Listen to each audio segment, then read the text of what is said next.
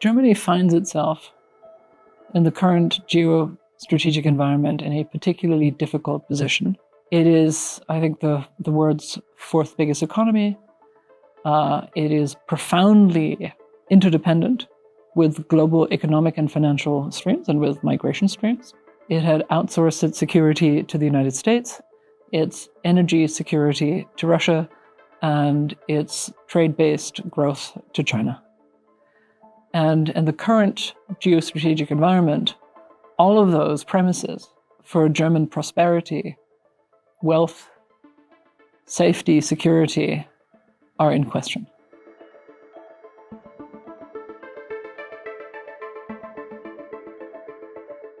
The war in Ukraine is forcing us to revise our resilience, our defense, our deterrence, and has made Germany become the second biggest military supplier to Ukraine.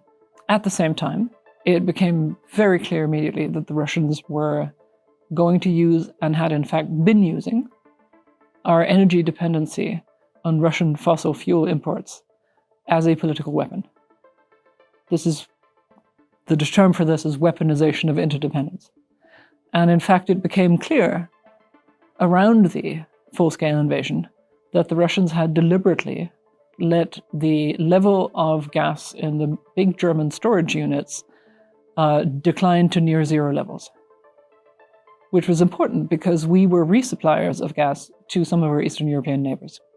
What saved us was a variety of things: two comparatively mild winters, a German government that was willing to say, we will not be bullied and blackmailed by Russia, and that decoupled from Russian coal within months, decoupled from Russian oil within a couple more months, and then we were only going to decouple from Russian gas by the end of 2024, but the Russians did it for us by cutting off our gas in, I believe, September of 23. That was terrifying for German industry, which is heavily dependent on gas. And of course, German consumers use it as well. And so the other thing that the German government then had to do was to massively subsidize German industry and consumers.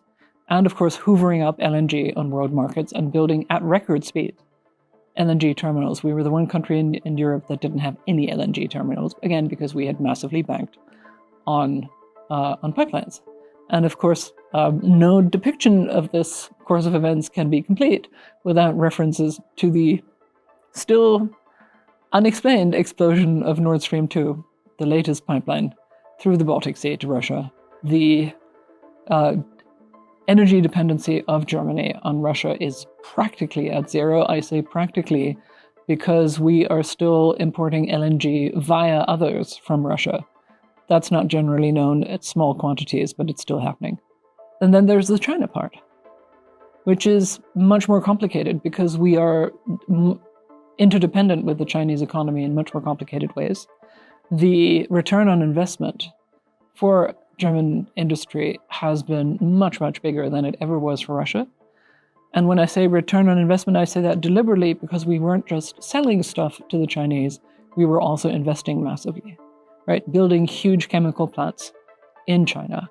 Unfortunately, what the Chinese have been doing recently suggests that they have chosen a path that is actually quite similar to what the Russians were doing a decade ago. We thought that we were going to bring the Russians into Europe by a trade relationship, but also democratic transformation in Russia. The reality was that German small and medium enterprises got burned in Russia, and the big ones also slowly started dwindling away. And it appears that something not dissimilar is happening in China right now. But that is more problematic because you aren't just, if you are trying to mitigate that relationship, you are looking at a whole spectrum of manufacturing and investment relationships, which are not easily substitutable. And that is one of the great challenges of dealing with a China that has become much more forceful, much more aggressive in the European space and indeed in the German space. Both the European Union and the Germans have been rather more proactive than they have been in the past in arresting Chinese spies. And I suspect that we're going to be seeing more of that in the near future.